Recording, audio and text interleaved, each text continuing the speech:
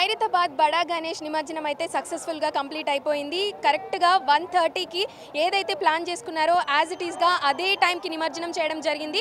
చంద్రగ్రహణం వచ్చే ముందే ఇవన్నీ చేసేయాలి అని ముందుగానే పూనుకున్నారు కాబట్టి అనుకున్నట్టుగా జరిగింది. ఇప్పుడు మనం చూసినట్లయితే హుసేన్ సాగర్ దగ్గరే ఉన్నాము. ఇక్కడే భారీ గణేశుడు 69 అడుగుల గణేశుడు నిమజ్జనం జరిగింది. ఇప్పుడు ఇక్కడ ఉన్న గజ ఈతగాళ్ళందరూ కూడా లోపలికి వెళ్ళి సంబరాలు చేసుకుంటున్న పరిస్థితి అయితే కనిపిస్తుంది. మొత్తం ఎన్డీఆర్ఎఫ్ కానీ ఎస్డీఆర్ఎఫ్ కానీ వీళ్ళందరూ బృందాలు కూడా ఉన్నారు. అక్కడ చూసుకున్నట్లయితే ఫుల్గా డాన్సులు కూడా చేస్తున్నారు. ఈరోజే చివరి రోజు, ఈరోజే నిమజ్జనం అయిపోయింది. ఇలా శోభాయాత్ర జరిగింది. ఇంత అట్టహాసంగా జరిగింది అన్న ఆనందం అయితే అందరిలోనూ కనిపిస్తూ ఉంది. మొత్తంగా ఈ హుస్సేన్ సాగర్లో ఈరోజు మొత్తం అంతా కూడా ఇవే ఉండబోతున్నాయి కాబట్టి, అంటే నిమజ్జనాలే ఉండబోతున్నాయి కాబట్టి చాలా ఆనందంగా దీన్ని సెలబ్రేట్ చేసుకుంటున్నారు మొత్తం అంతా కూడా.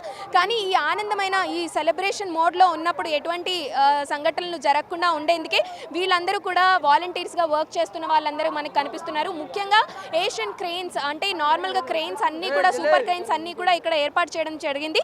అయితే సైజుని బట్టి, తర్వాత ఆకారాన్ని బట్టి, దాని లెంగ్త్ని బట్టి ఇలాంటి కొన్ని డైమెన్షన్స్ని బేస్ చేసుకొని ఒక్కొక్క క్రెయిన్ని యూజ్ చేస్తూ హుస్సేన్ సాగర్లో గణేషుల్ని నిమజ్జనం చేయబోతున్నారు.